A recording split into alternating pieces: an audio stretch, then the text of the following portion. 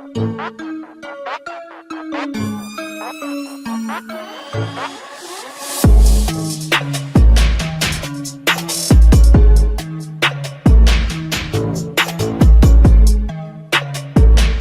yo, what it do YouTube? It's your boy Alvin MB10, aka AMR10, and what I got for you today is some more NBA 2K23 Next Gen. More specifically, what I have for you today happens to be the best Nikola Jokic build you will find in this game.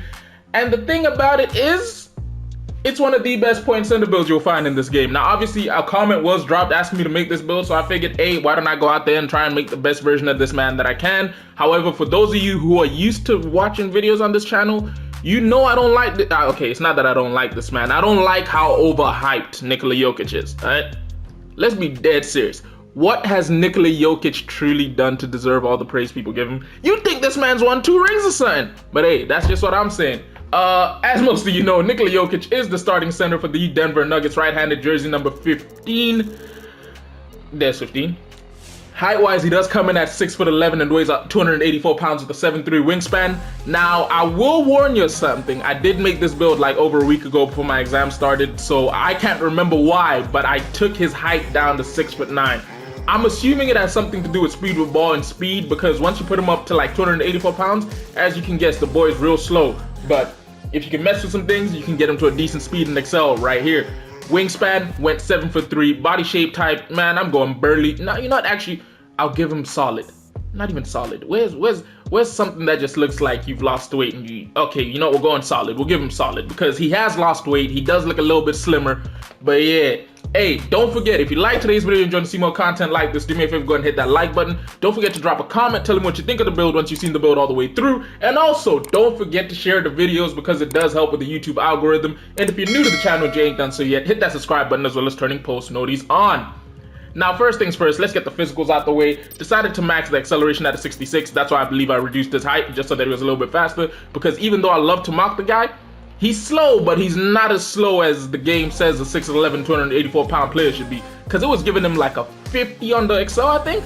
But yeah, we decided to go with it this way. When it came to the vertical, I left it at a 55 because let's be dead serious, he's not one of the most physically gifted people when it comes to leaping capabilities or he's not quick laterally or vertically. The one thing he truly does have is a whole lot of strength. So we decided to give him an 89 when it came to the strength, allowing you to get gold bully on this build. Because if you watch this man play, the one thing you really realize is he's one of those people that bully was made for, because his gameplay, especially when getting close to the cup, includes a lot of hits that, yeah, they look like they kind of hurt.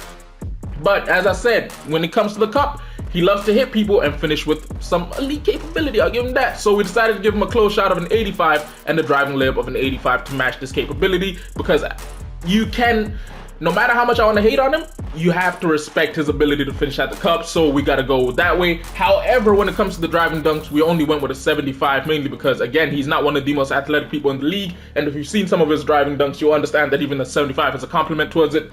And then when it came to the post playmaking, I decided to give him an 87 because he does love to play out of the post, whether that be diming the ball out, shooting post fades, or generally backing people down and hitting them with a few up and unders. And then standing dunk, I just left it at a 40 because that's the maximum it was dragged to. Now, as you can see, this does allow us to finish with 19 total finishing badges. The key thing here being Hall of Fame, Back Down Punisher, Dream Shake, Drop Stepper, Giant Slayer, Post Spin Technician, and Pro Touch, alongside with Gold Acrobat, Masher, which is a badge I really... If you're running like a big build, run Masher. I'ma just tell you that. Bully and Fast Twitch. But yeah, key thing here is the one thing I always do try and do with some of these builds is I will always try and get at least 17 badge points, because that way it allows you guys the capability of being able to core some of these badges between Bully and Fast Twitch. On this build, I'd core Bully, and then for the rest of it, I'd split it between the post playmaking capabilities. Now, shooting wise, you know what I'm saying? I had to put some respect because he does have a bit of a jumper. I didn't give him an 88 on the mid-range, but I gave him an 84 when it came to his midi. And when it came to the 3-ball, I decided to go with a 78 just because he does have a nice touch from mid. However, from 3, it's nice, but it's not nice enough where I'm like, yeah, I'm going to get this guy over an 83 because I really, yeah. However, I decided to also give him an 80 on the free throw. The funniest thing about this year's 2K is, oh, now I messed it up. Yeah, as I was saying, funniest thing about this year's 2K is raising your free throw doesn't affect your badge count. Like, at some point it has to, because come on now. award us for being able to put some free throw on these builds. Now, as you can see, the great things here are you do manage to get Hall of Fame, Midi Magician, Slippery Off Ball, Space Creator, Volume Shooter, Comeback Kid, Clutch Shooter, alongside with Gold, Amped, Claymore, Green Machine, Guard Up, Blinders. I would literally core Blinders, run Claymore on this build, because 3 bash points for Gold Claymore, that's a bargain. Run Guard Up, Midi Magician, and then obviously you might want to space it out however you want to space it out, but I would obviously put Catch and Shoot and Corner Specialist if I could. But yeah, that gives us a grand total of 21 total shooting bash points. I'm gonna get to the playmaking last, because as much as I like to hate on the guy, he does have some playmaking capabilities, so let's at least finish on a strength. Now, defensively, he's a bit of a liability, but we decided to go in an 80 when it came to the interior defense. Left the perimeter defense at a 38 because, yeah, he's not quick. There's a reason whenever you see screens getting set on guards, when you see the opposing center setting screens on guards like Jamal Murray, Nikola Jokic drops back because he knows what's going to happen if he steps out there. But we gave him a 38 when it came to the perimeter defense. Steal-wise, decided to go with a 68 because he does have the ability of playing passing lanes as well as picking a few pockets here and there. And then when it came to the block, we decided to go all the way up to a 76. Even though I said he's not uber athletic, he does know how to use his length. Pause. He keeps his hands up, manages to deflect a bunch of shots, so you do got to respect that about his game. Now, rebounding-wise, decided to go with an 85 when it came to both defensive and offensive rebounding, because I will not deny the fact that the man can crash the glass. So as you can see, we do manage to finish with 20 total finishing badge points. As you know, with me, I'd always core something that really needs to be cored. In this case, because of how little it is, I would probably core Brick Wall.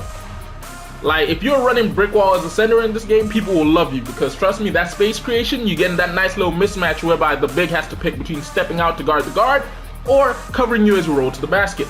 So yeah, I'd core Brick Wall, but that's all up to you.